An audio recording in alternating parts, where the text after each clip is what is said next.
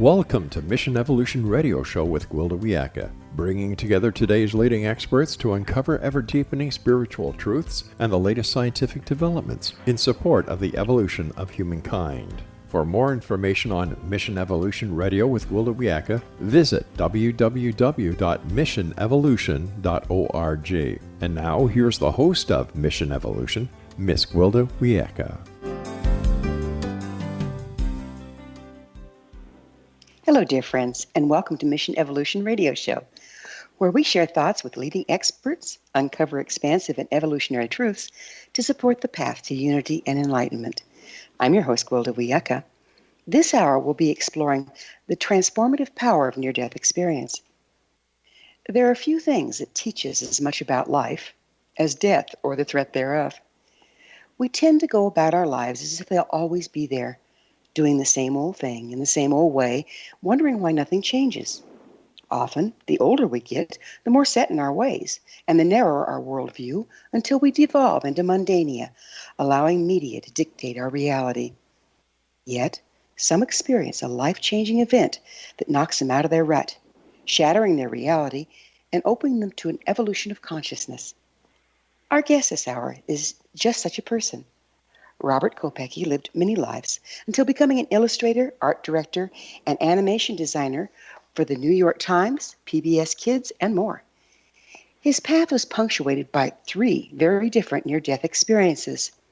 After a dark night of the soul and a decade of study, meditation, and service, Robert's various lives and deaths inspire him to easily pass on the lesson he's learned the hard way. He's the author of How to Survive Death, Life and Death, and his latest, How to Get to Heaven Without Really Dying. He appears online at Gaia, The Mindful Word, Soul Lifetimes, BeliefNet, and more, and on his blog, robertkopecky.blogspot.com. His website, robertkopecky.com. Robert, thanks for joining us on Mission Evolution. Well, thank you for having me, Gwilda. It's a pleasure to be here. Let's start with, what exactly is a near-death experience? Well, it's kind of hard to say what a near-death experience is exactly. It's this moment that happens with people when they are at the point of death, or have. Sometimes it's documented in hospitals. They have flatlined.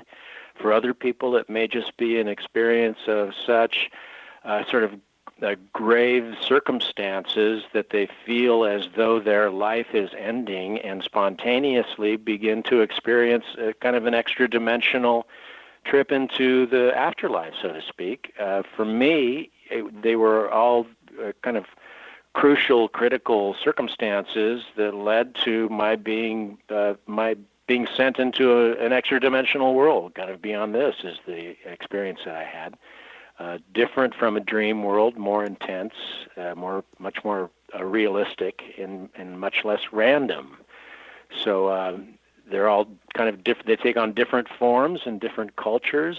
So it's difficult to know exactly what they are, other than what I can tell you about my own, which were these experiences of kind of an extra-dimensional afterlife. Are there consistencies from one person's near-death experience to another? Yeah, there are. I mean, despite the differences that I was just mentioning, you often will hear of similar motifs and formats. People going through the tunnel to the light at the end of it, or emerging into a kind of an Elysium field where they find their ancestors or deceased relatives, that kind of thing. All 3 of mine were these kind of classic motifs. My first one was an out-of-body experience, and my second one was what's called a life review, and my third one was I was forced back into life, all of which are common formats for people's near-death experiences, although the details are often very custom-made, personally or culturally. But the things that are truly consistent and were in mine, because having the 3 different ones made me really question all of this. What made them different? Why didn't I just go to one place if I was dying each time? The things that were consistent, though, about each one were that I had this experience of being enfolded into and supported by this kind of field of expansive, illuminative love, intelligence, a greater mind, a transcendent sense of total connectedness with everything, and an innate understanding of kind of a shared purpose, kind of wrapped up in oneness in a way. I was liberated from all my material constraints, kind of. And I was also very teachable. There was an instructive element in a near-death experience for me. And for most experiencers, there's some kind of karmic guidance or heavenly instruction, so to speak, that's part of it. So, we're in pretty evolutionary times right now. Things are changing very quickly. Do you feel that your near-death experience helped you participate more fully in that evolution? Well, absolutely, yeah, because what I experienced, what I'm telling you are the consistencies, which I refer to basically in the new book as being heaven, right? This being supported by a expansive, illuminative field of loving intelligence and the transcendent sense of total connectedness and all of that. I call that divine consciousness, because when I passed on, so to speak, when I moved into the afterlife, I didn't die. I still saw everything more or less through my own eyes, but I opened up into this greater mind of divine consciousness that I feel informs everything, that I feel is fundamental to the universe, really. And it's this consciousness that's coming into our world more and more all the time. It's obvious every direction you look that this kind of awareness and understanding and feeling of unity is arising in the world. So I can always relate to that in looking at, the craziness in the world. There's always the craziness, but there's always this underlying spiritual sanity that is growing, I think, on a planetary basis. Do you think that it's always been there and we're just opening up to it? You say it's coming into our world, but are we really just opening our world to what's already present? Yes, I definitely feel that, I believe it's totally fundamental. I think that divine consciousness, so to speak, as I call it, is what informs and animates everything that we see. It is essentially the nature of all positive creation that there is. And I believe that it was much better understood by earlier peoples. That the indigenous peoples of the world were really connected with divine consciousness in a way that I think the forms of our culture have removed us from, and that we're having to kind of struggle to overcome again and come back into that kind of spiritual alignment with the world and with this field of divine consciousness, which I also equate with love, with pure love. What do you think about being out of body that facilitated that for you?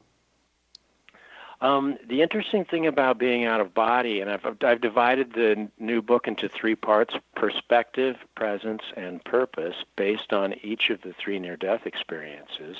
The first one, being this out-of-body experience, gave me the gift of perspective, of spiritual perspective, in that, when you're knocked out of your body, when you're no longer occupying the physical vehicle of your body, it's very difficult to get the genie back into the bottle, so to speak. In my life, it certainly was.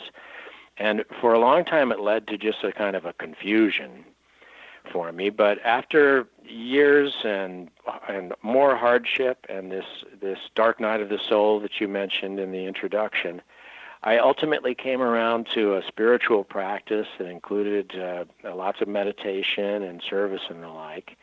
And I was able to realize that gift of perspective gave me this kind of objective, loving neutrality. I could detach from the pain and struggle of our physical forms and sort of witness the pure spirit coming through people, defined by the package of karmic information that each person is, all your experience, maybe your past lives, things that happened to you in your childhood, the habits that you've grown into and stuff.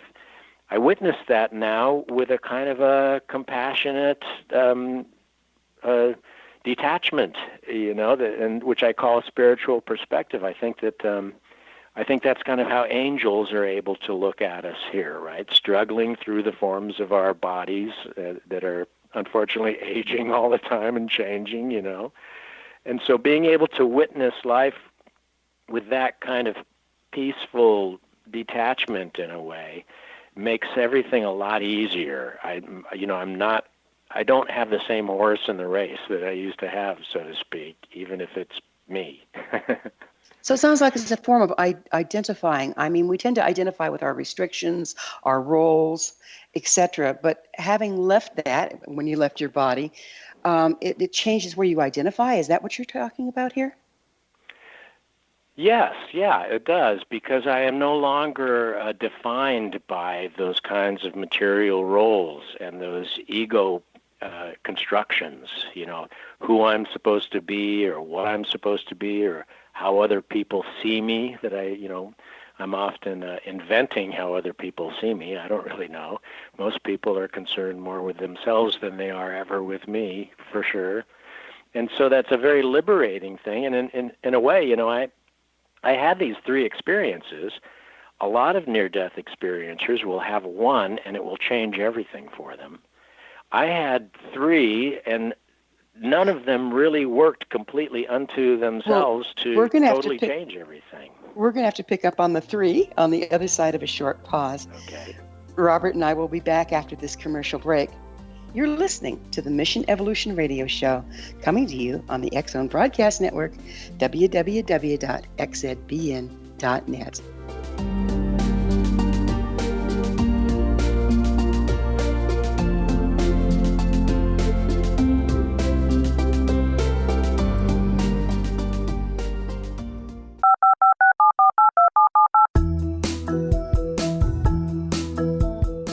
Did you know that when you're on the road with limited data or Wi-Fi, you can still listen to the X Zone Radio Show with Rob McConnell, The Science of Magic with Gwilda Wiyaka, X-1, Dimension X, Space Patrol, and every minute of the X Zone Broadcast Network by calling 213-401-0080, courtesy of Audio Now.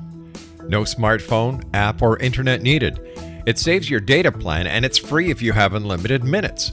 Call 213-401-0080 to listen on any phone, anytime, anywhere. Remember 213-401-0080 for the best of the paranormal, parapsychology, and sci-fi radio programming anywhere, 24/7, 365.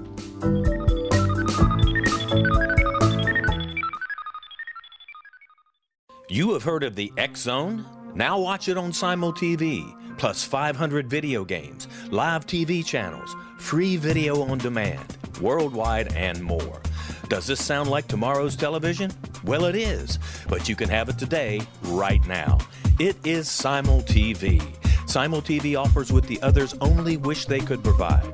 15 exclusive channels like X Zone, sci-fi, and horror. We are worldwide. No other provider offers that. 500 built-in video games. No need to have an extra expensive system. We have them included. Free video on demand. Live streaming events from around the world. Interactive online network, and much more. Tomorrow's TV today. Simul TV. Sound too good to be true? Well, it's not. You can have Simul TV today. Sign up at simultv.com. Do it today.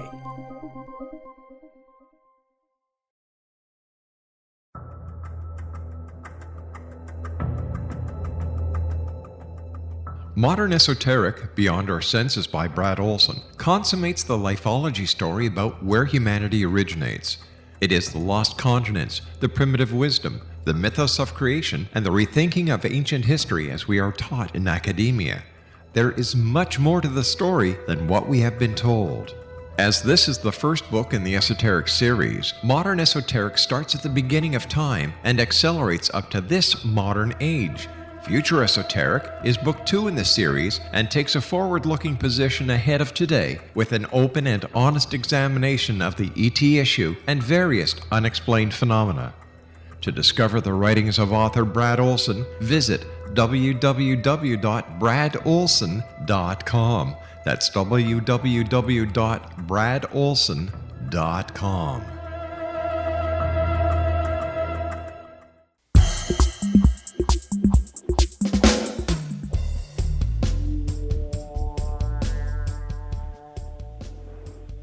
Welcome back. This is Mission Evolution Radio, dedicated to unification and evolution of consciousness. Remember, past episodes are available on our website, missionevolution.org. I'm your host, Gwilda Wiyaka, and our guest this hour is Robert Kopecky. His website, where you can find out more about him, is robertkopecky.com. Robert, we were just about to get into the fact that you've had not one, not two, but three near-death experiences and how they differed. Yeah, and the result of each one of them, what I was talking about is that they didn't really totally change me. You know, a lot of people will have one and it will totally change their entire life. Each one changed my life incrementally. I kind of became more and more confused in a way. But it wasn't until I experienced what you might call a death of the ego, all right, where I came to a place in my life, and maybe as in the cumulative effect of the three near-death experiences, nothing was really working for me very well. And I found myself in a place where everything that I thought I was, this kind of ego structure of my life, you know, the material constructions that I'd built around me, what I thought I was and stuff, stopped working. And at that moment, I became absolutely humble, you know, enough to be teachable. And I think that that's kind of the aspect of the death experience that our souls require. You know, you have to die to go to heaven.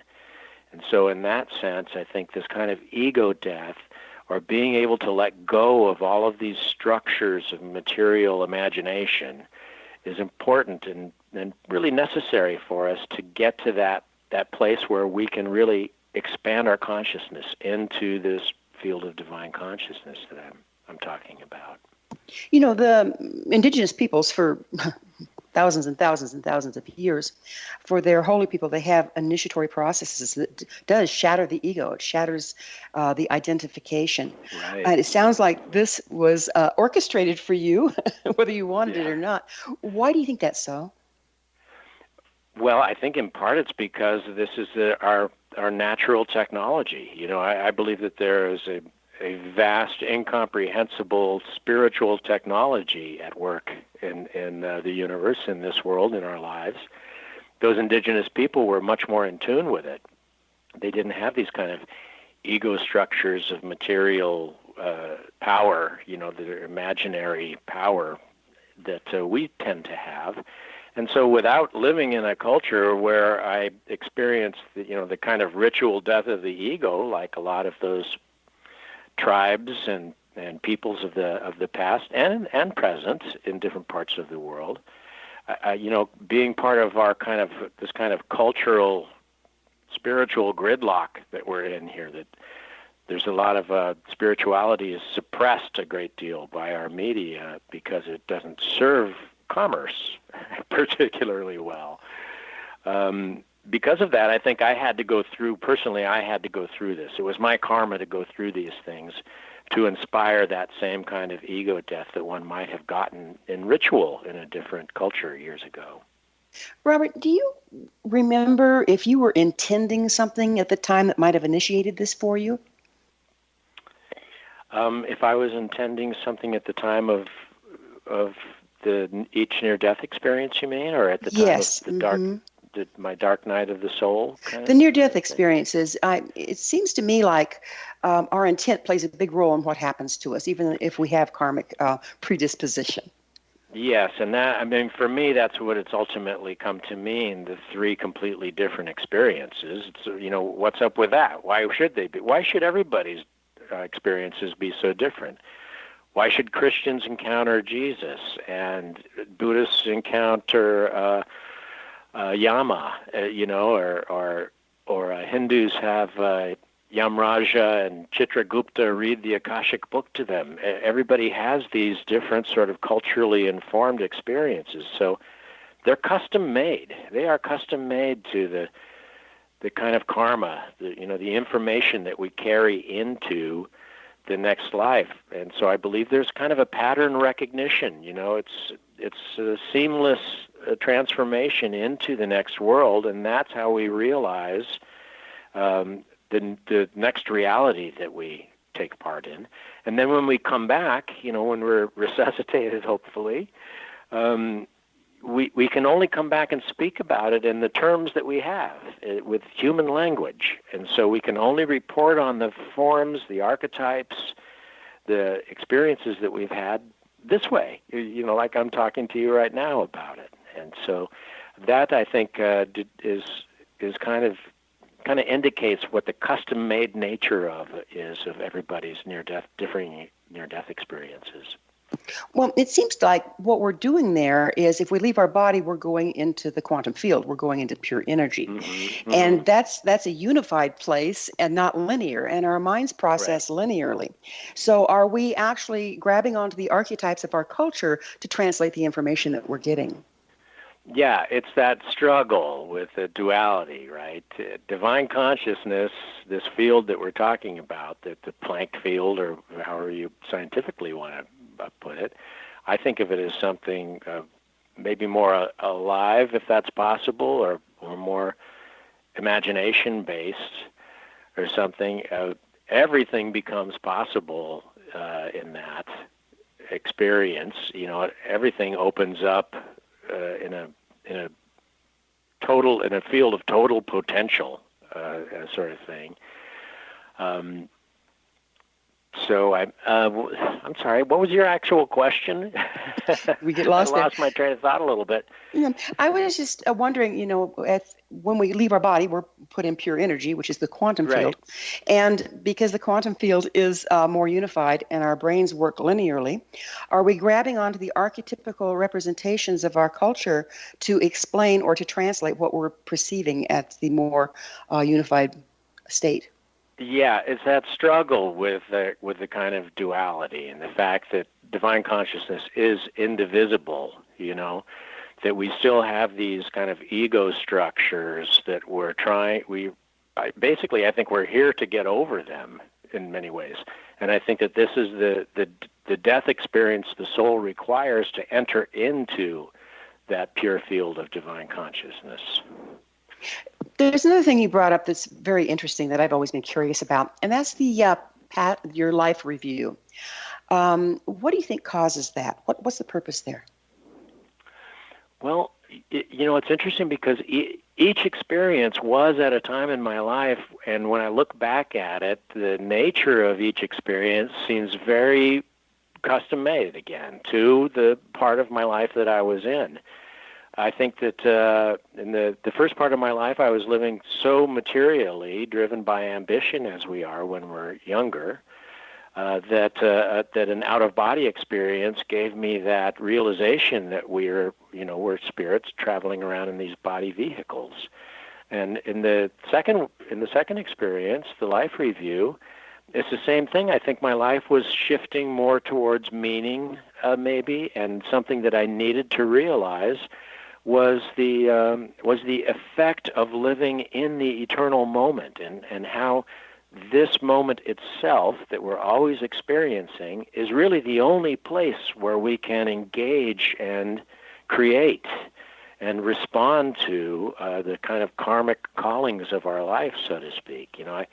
I was shown these situations where I hadn't been present, and so that gift of presence is what I needed at that point in my life to realize how I can't just skate past all these important moments of my life. I've got to be open and aware with as much conscious awareness as I can be in each and every moment, because miracles are being revealed all the time, and these kind of karmic callings, these answering relationships that are necessary for my growth and for the growth of the other people in my life too. So that was what I needed, I think, right at that time in my life.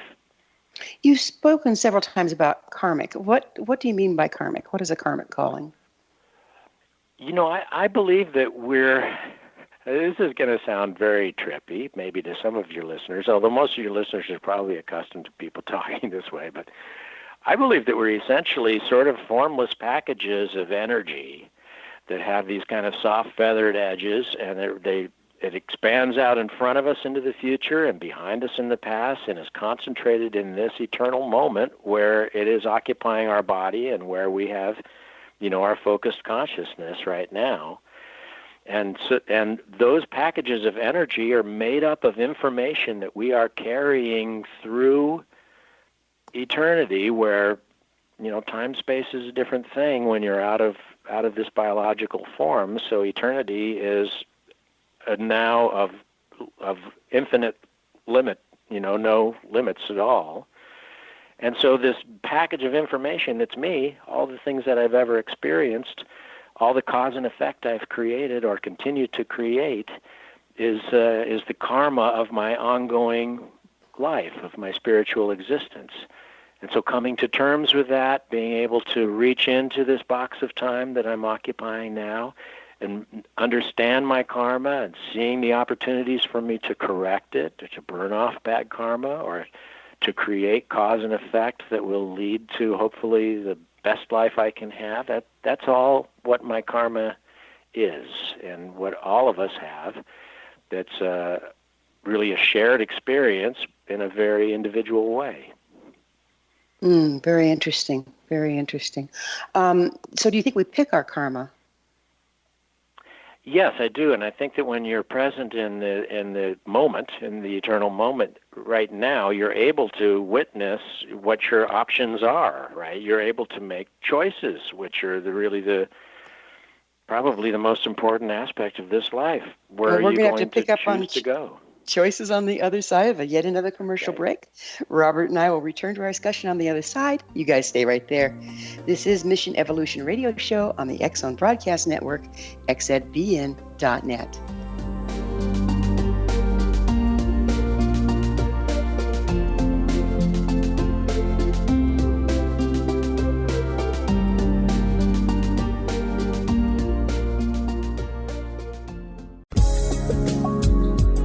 From our broadcast studios in Hamilton, Ontario, Canada, to the world and beyond, you're watching the X Zone Broadcast Network, www.xzbn.net.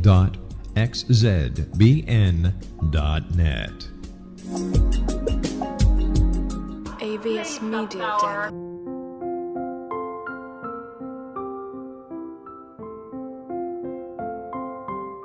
I am Dr. Carl O'Helvey, founder, president of a new cancer foundation focusing on evidence-based physical, mental, and spiritual interventions, including natural cancer cures, prayer, meditation, affirmations, nutrition, and other related holistic cancer prevention and cure modalities. These are used in cancer education, research, and financing care. I ask for your help to continue this important work by donating at www.holisticcancerfoundation.com.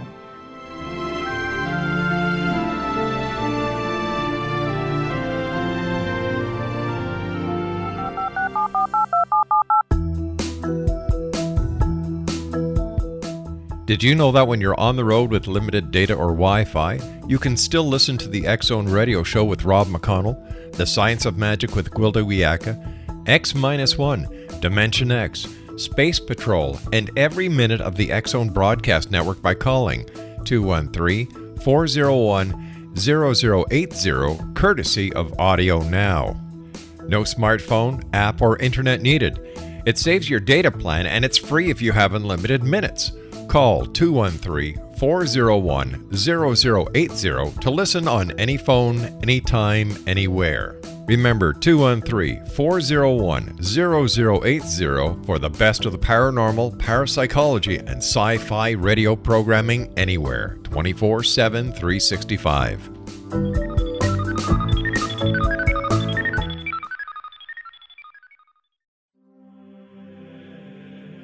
Rob McConnell here, presenting an overview for Nicholas Paul Jennings, author of a fascinating book, Amen. It presents facts revealed by Egyptologists, facts that enable us to understand why Amen is the beginning of creation of God. It provides recommendations for religious leaders of the major religions to unify their beliefs and teach the Word of God. Love one another. Amen informs people how mankind conceived God. It was the Egyptians that developed the concepts of a soul, a hereafter, and Son of God. And finally, after the worship of many gods, they conceived the belief in one universal God, the maker of all there is. For more information, visit www.futureofgodamen.com. That's www.futureofgodamen.com.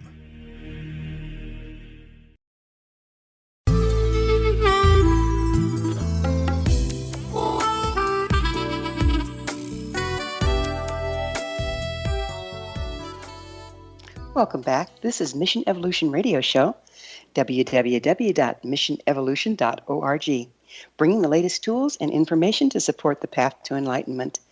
I'm your host, Gwilda Wiyaka, and we're speaking with Robert Kopecky. His website, robertkopecky.com. Robert, now, when we're talking about near-death experience, they are all characterized by being out of body. Is that correct? Yes, I was not aware of having a body as it is at all. I don't remember like seeing my hands or walking around. I do remember being me, naturally, and all near-death experiencers do report having experienced this extra-dimensional world through their own eyes, so to speak. So I was always myself as well as part of this greater self. I didn't seem to have the boundaries of a body necessarily. You know, this brings up an interesting point, because if we're out of body, where are we thinking and experiencing from? Well, from what aspect of this greater mind that makes up me, from this kind of package of karmic energy. I mean, these are questions that are really hard to wrap your mind around, especially if your mind is part of a larger mind and not, It's like trying to grab a hold it's like trying to capture lightning in a bottle, kind of. The Gnostics used to describe our experience here as being separated from the infinite fullness, right? The infinite effervescent illumination that is heaven, that is God. And we're just this little piece of it. And so this spark is sort of like my mind, on this earth, trapped in this body and partially generated by this brain, which I feel our brains are also receivers, transmitters, projectors, and are able to gather in, to engage into this larger field of divine consciousness. So you're speaking of an evolving brain. Yes, absolutely. And I think that a lot of it has to do with how we have a misperception problem. We're kind of stuck in a part of our brain in this experience of life as human beings that has a lot to do with those ancient patterns, those ancient neuroscience. We're kind of stuck in our amygdala, where a lot of fear-based and survival-based instincts are governing us. But we are evolving as conscious awareness comes into our field of being. I believe that we are expanding. And so if this is the nature of neuroscience now, neuroanatomy. It's this growing field where no matter how far you look, how much more information you have, there's always more. It's always opening up into more expansive horizons. And I believe that we are in the course of a spiritual evolution here, where our understanding of what our brains are capable of, or how our brains actually work, is expanding dramatically. And so we're becoming more sixth sensory creatures all the time, as I believe we are, extra-dimensional beings. We seem to have these neurological ruts that we're programmed into, from socialization to media to everything else. Is it a matter of breaking out of these? Yeah, absolutely. And it's really interesting if you look back. In the present section of the new book, I explore the Dhammapada and the Bhagavad Gita and the Gospel of Thomas, the poetry of Rumi, the Gnostic Gospel of Jesus. I think I mentioned that. And if you look back into Hinduism, for example, in yoga they have what's called samskaras. And samskaras are essentially neural patterns. That's what they're describing thousands of years ago. These kinds of courses that our thoughts habitually travel into. We might think of them as thought loops, where something will come up, you owe a bill, or you have a resentment, you feel like somebody did something bad to you, and that enters into your mind, it clicks into place, and it travels down this kind of canal, kind of like fluid, and we have to consciously be able to take that stream of thoughts and move it onto new ground, like shift the direction of those neural pathways. And that's what a lot of neuroscience is suggesting, that we can retrain our brains and the actual functioning of our brains largely through meditation. And I'm a big proponent of meditation. I think that's where I discovered heaven on earth, is meditating, really. There's a lot of talk lately about heart intelligence as well. Did you experience becoming more heart-centered after your near-death experiences? Absolutely, yes. And I think that that's a big part of what this experience of heaven on earth is in many ways. The people that you recognize as having that certain something that transcends the material difficulties of this world are heart-based people. And if you want to get scientific about it, you can you look no further than the Heart Math Science Institute up in Petaluma in California, where there's been lots of research done into the actual nature of the cognitive nature of the heart. The heart is a cognitive organ and is made up of similar, on a similar cellular level as brain matter, and so it's not any surprise to people that your heart is determining what you think lots of times. So therefore, it is a source of thought. And I believe that in alignment with your right brain, with your parallel processor, as opposed to the left brain, which is like a serial processor, right, that is constantly arranging and organizing things. The right brain, there's a holistic experience of a greater consciousness that is then wired through the cognitive aspect of your heart. This is all getting very spiritually technical, isn't it? Wow. It's interesting, isn't it? Yeah. Well, the heart actually spins the red blood cells and creating electromagnetic field around the body, like a toroidal field. Yeah. Isn't that the interconnectedness between people? Yes, and that's described also, in ancient stuff. The Hindus and stuff have layers of subtle bodies, and you can think of it in terms of being a Merkaba or a torus effect, just like the electromagnetic field around the Earth. People have these fields, and if you are open to it, naturally, and even if you're not, lots of times you notice it. There's no way around it. You walk into a room and there's a certain energy or vibration, and that's a real thing. And so, yeah, we expand out. That's kind of my theory of being these kinds of fields of energized karmic data, Well, we talk about evolving into the future, and yet this hour, I've heard you refer back to ancient practices. What's going on there? Well, the thing that I realized with my life review was that this moment is always valid and always has been in all of human understanding.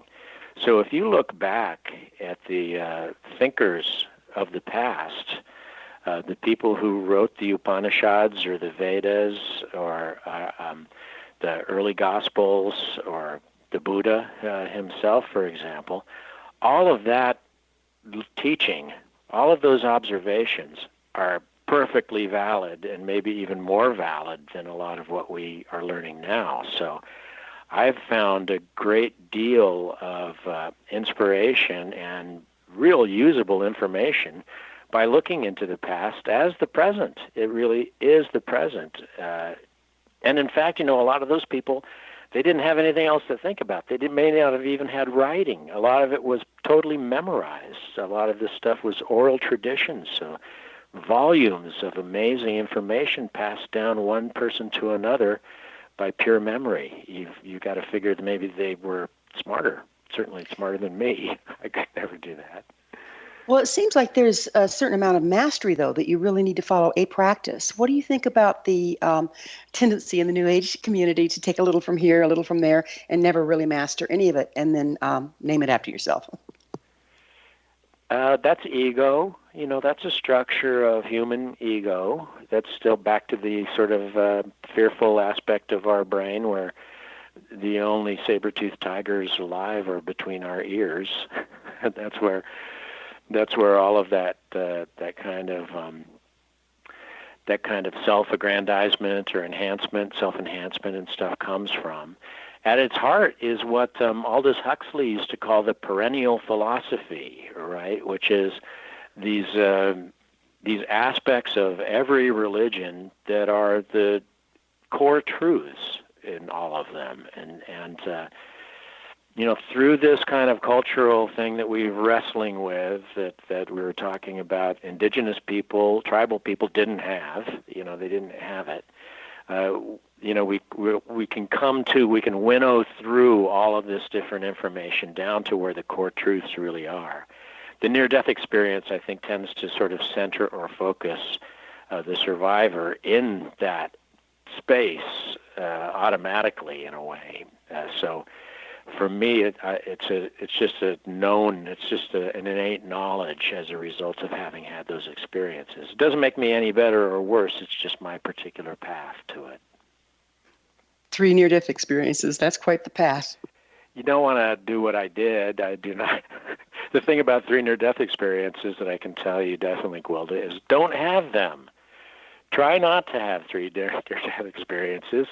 You can learn a lot about what I learned by reading my book or by reading the books or listening to the stories of other near-death survivors. Well, we're going to have to reading this ancient stuff, We're going to have to take a break, but on the other side, we're going to try to figure out how to get to heaven without dying.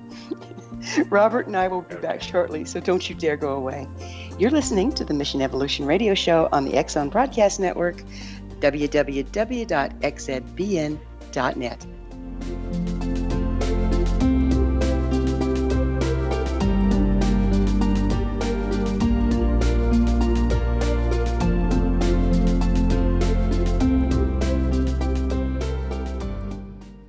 You have heard of the X Zone? Now watch it on Simul TV, plus 500 video games, live TV channels, free video on demand, worldwide, and more. Does this sound like tomorrow's television? Well, it is, but you can have it today, right now. It is Simul TV. Simul TV offers what the others only wish they could provide. 15 exclusive channels like X Zone, sci-fi, and horror. We are worldwide. No other provider offers that. 500 built-in video games. No need to have an extra expensive system. We have them included. Free video on demand. Live streaming events from around the world. Interactive online network, and much more. Tomorrow's TV today. Simul TV. Sound too good to be true? Well, it's not. You can have Simul TV today. Sign up at simultv.com. Do it today. The new nonfiction book, Razor of Madness, is similar to cult movies like Clockwork Orange, Dragon's Tattoo, or The Other Side of Hell. Wayne Morin Jr. and Thomas Lee Howe will expose widespread and systematic deficiencies in this thought-provoking tell-all novel. Mind control rages among scholars in law schools. Human rights are ignored while thought reform and mental manipulation are accepted practices used as behavior modification. Dr. Louis Jolyon West comes to mind. Media and public scrutiny shows that United States mental hospitals are in fact destructive murder industries. Razor of Madness expose novel details this epidemic through an in-depth professional and personal investigation. For decades, there has been a revolving door policy that still releases killers and pedophiles back into society. The maestro of mind control continues to haunt America to this very day. Razor of Madness is available in paperback or as a downloadable ebook at Amazon.com. I'm William S. Peckham. If you enjoy a good mystery with a touch of the paranormal, then you'll love my novel, From Out of the Woodwork. It's the story of a young Toronto contractor, Sean Kennedy, who buys derelict homes, guts them, and turns them into multifamily dwellings. Slums just waiting to happen. When Sean buys 29 Livery Lane, the house fights back. Former owners unexpectedly come out of the woodwork as he starts the destruction. The apparitions come to him when he touches old books, reads hidden letters, rummages through old boxes, finds a locket, or reads a discovered manuscript of a murder mystery. From Out of the Woodwork will take you from 1899 to the horror of the World Trade Center, September 11, 2001. Check out From Out of the Woodwork on my website, www.williamspeckham.com.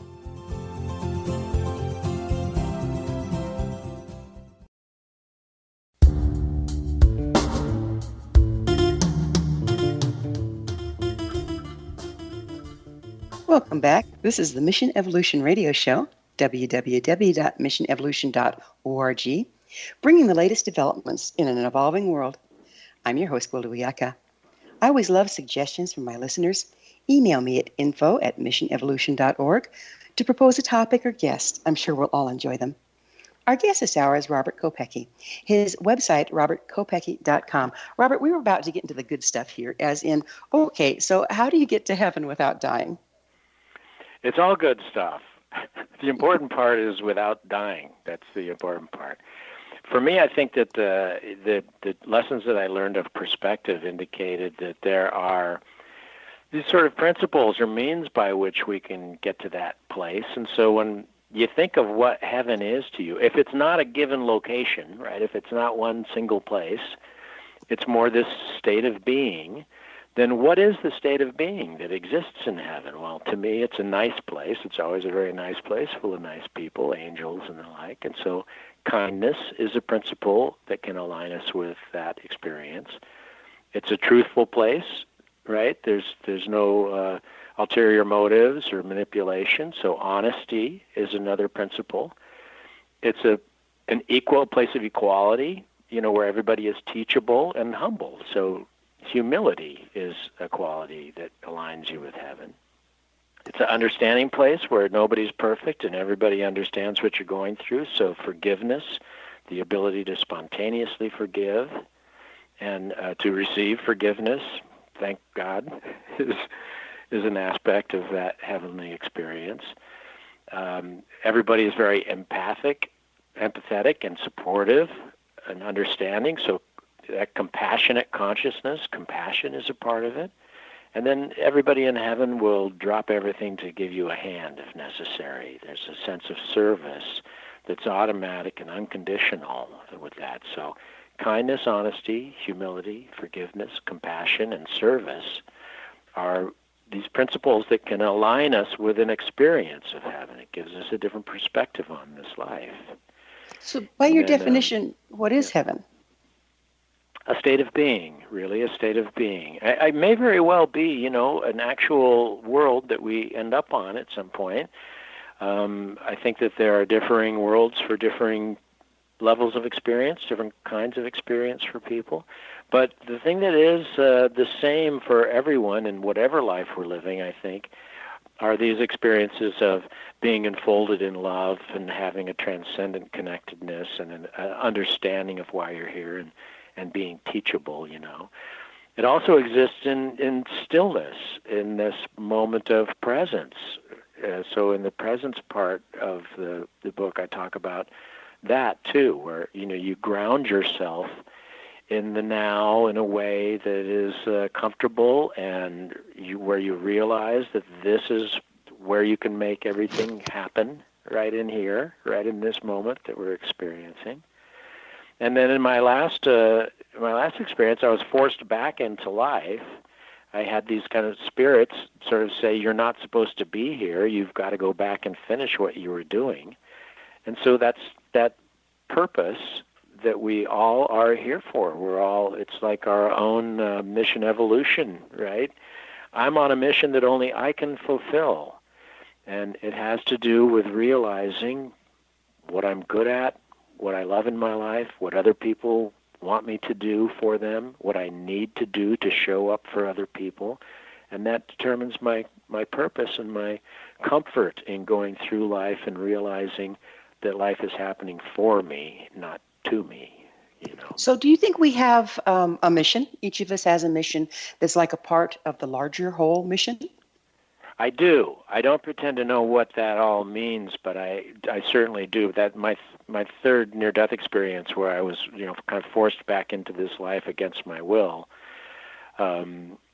And I've heard it many times with other near-death experiencers. That couldn't indicate anything else to me, except for that we are each on our own kind of individual mission to overcome this delusion of separateness, to realize that we are all one with God all the time, so to speak, all a part seamlessly of divine consciousness together, all the same thing.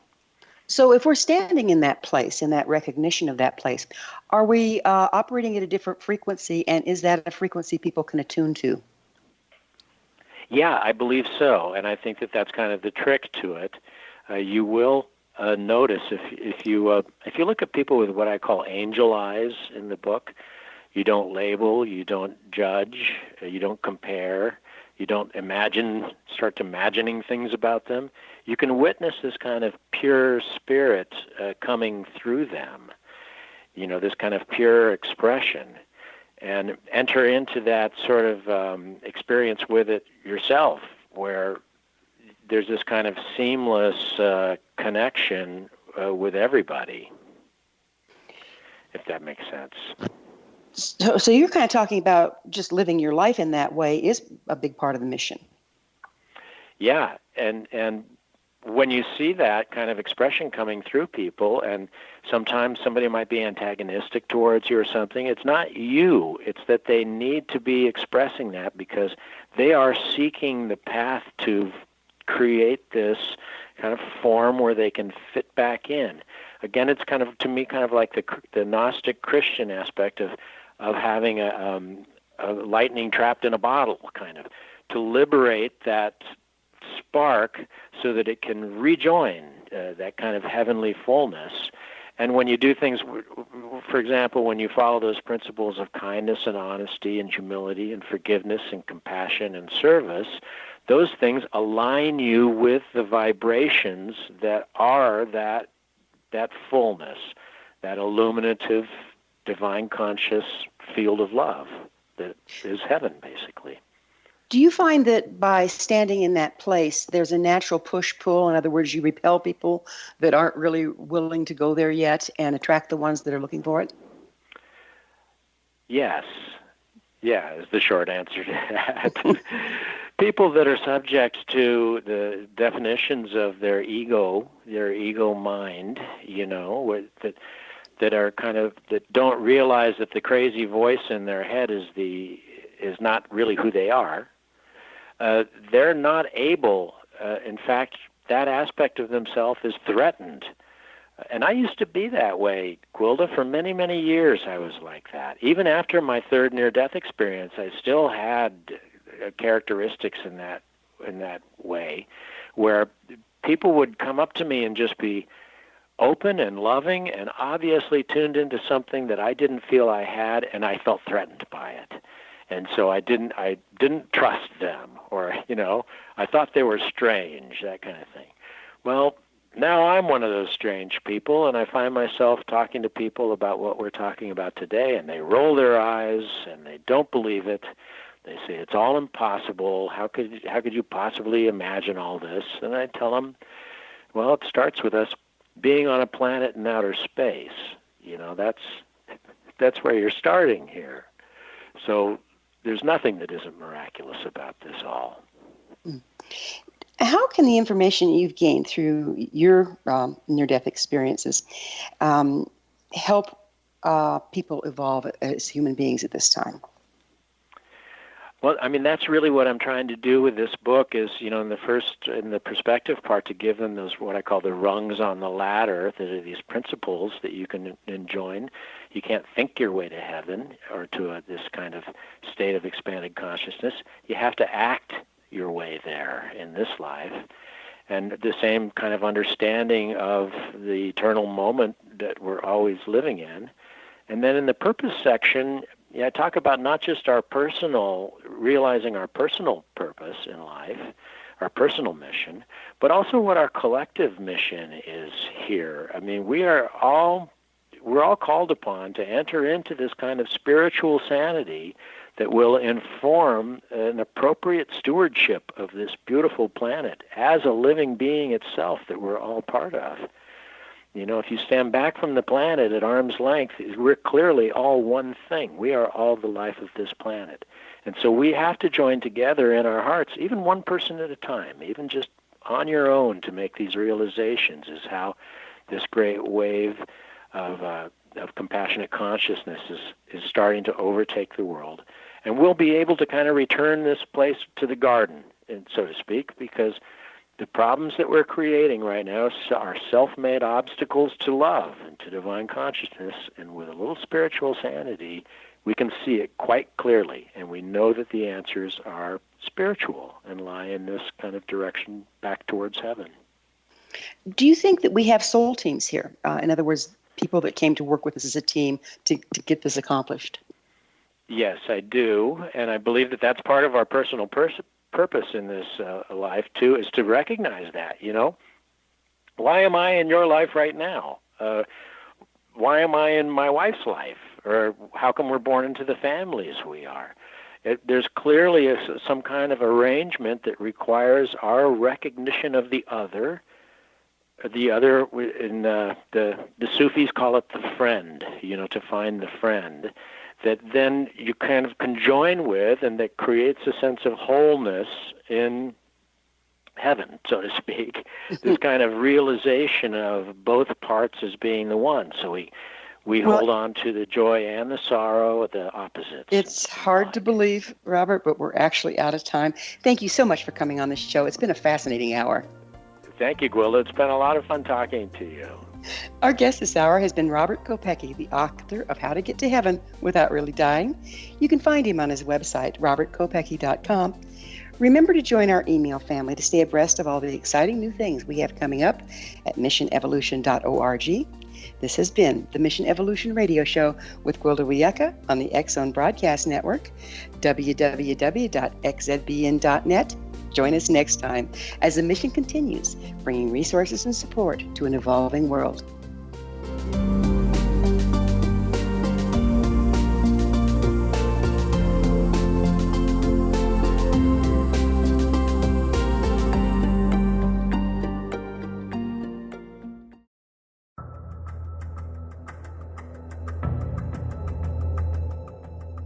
Modern Esoteric, Beyond Our Senses by Brad Olson, consummates the lifeology story about where humanity originates. It is the lost continents, the primitive wisdom, the mythos of creation, and the rethinking of ancient history as we are taught in academia. There is much more to the story than what we have been told. As this is the first book in the Esoteric series, Modern Esoteric starts at the beginning of time and accelerates up to this modern age. Future Esoteric is book 2 in the series and takes a forward-looking position ahead of today with an open and honest examination of the ET issue and various unexplained phenomena. To discover the writings of author Brad Olson, visit www.bradolson.com. That's www.bradolson.com.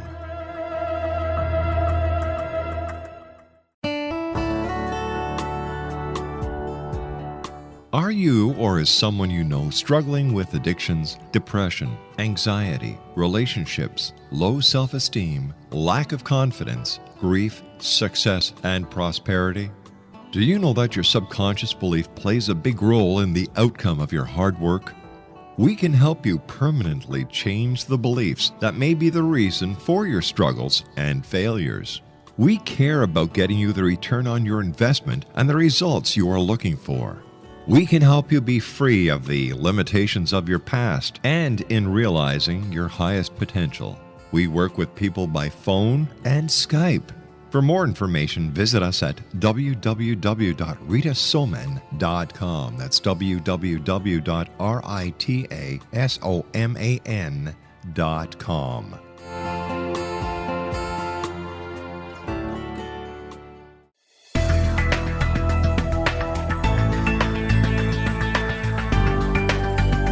Do you think you have energy problems in your home? Do you feel better when you're away than when you're home? Joey Korn is a global leader in the world of dowsing who specializes in personal energy clearing and space clearing. He can help you create an ideal energy environment in your home no matter where you live in the world. Learn about his remote spiritual house cleaning services and much more at www.dowsers.com. You can get Joey's book, Dowsing, A Path to Enlightenment, as well as other dowsing books and tools, Kabbalah books, and Walter Russell books. Joey's work is really amazing. Go to dowsers.com right now. That's DOWSERS.com, or call 1-877-DOWSING. That's 1-877-369-7464.